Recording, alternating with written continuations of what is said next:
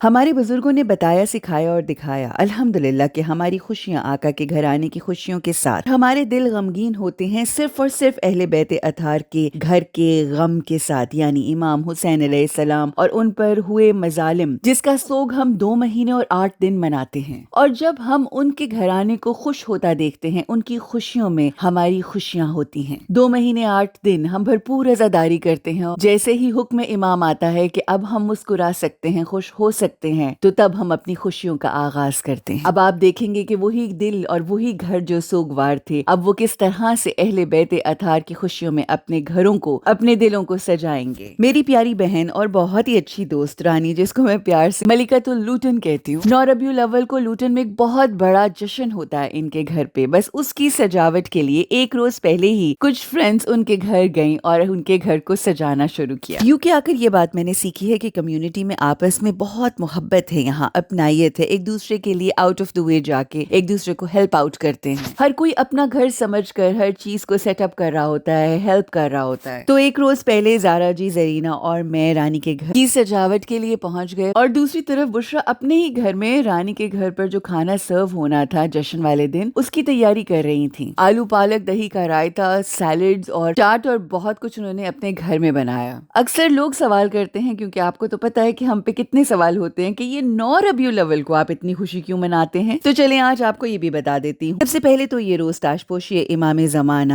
سے منسوب ہے۔ اسی روز تاج پوشی امام زمانہ یعنی ہمارے حاضر امام کے سر اقدس پر تاج امامت رکھا گیا۔ اور دوسرا یہی وہ روز ہے جس روز مختار ثقفی، دا ہیرو آف اسلام، جس نے امام کے قاتلان کا بدلہ لیا اور امام حسین علیہ السلام کے قاتلان کو واصل جہنم کیا۔ امام سید سجاد کو جب یہ خبر ملی تو اپنے اہل و عیال اور مخدرات عصمت سے کہا کہ آج آپ سب لباس عزا تبدیل کیجئے، کچھ میٹھا بنا کے تقسیم کیجئے، اور بہت عرصے کے بعد رسول خدا کے گھر میں خوشی منائی گئی۔ اگر یہ خوشی نہ منائی جاتی تو عزاداران اور محبان اہل بیت ہمیشہ سوگوار رہتے۔ یہ بھی کرم ہے اللہ سبحانہ وتعالی اور ان پاک ہستیوں کا احسان کہ ہم اپنا سوگ بڑھاتے ہیں اور خوشیاں مناتے ہیں۔ یہ دیکھیں گھر کتنا خوبصورت سج گیا ہے۔ اللہ سے دعا ہے کہ ہمارے دل اور ہمارے گھر اسی بلند و بالا اور سب سے اعلیٰ گھرانے کی خوشیوں میں سجے رہیں اور بسے رہیں۔ آج جشن کا دن تھا، زور و شور سے تیاریاں چل رہی تھیں۔ کچھ عاشقان رسول اکرم اور محبان اہل بیت آ چکے تھے اور کچھ آ رہے تھے۔ کچن میں بشرا پلاؤ بنا رہی تھی اور ساتھ ساتھ کھانے کی تیاری ہو رہی تھی کہ اتنے میں نازیہ بھی تشریف لے آئیں، جنہوں نے ذکر و فضائل محمد و آل محمد اور جشن میلاد رسول مقبول صلی اللہ علیہ وآلہ وسلم پڑھنا تھا۔ میں نے آیت اور نازیہ اور ہمارے ساتھ ساری بہنوں نے بیٹھ کر بہت انجوائے کیا اس ذکر کو۔ اور کیا بات ہے نازیہ کی، اللہ کا خاص کرم ہے ان پر، ان کی آواز اور انداز ماشاءاللہ، جب پڑھتی ہیں تو خود نہیں پڑھتی بلکہ ہم سب کو ساتھ پڑھاتی ہیں۔ بہترین جشن کی محفل ہوئی۔ میں نے نازیہ سے فرمائش کر کے اپنا فیورٹ کلام حضور میری تو ساری بہار آپ سے ہے سنا۔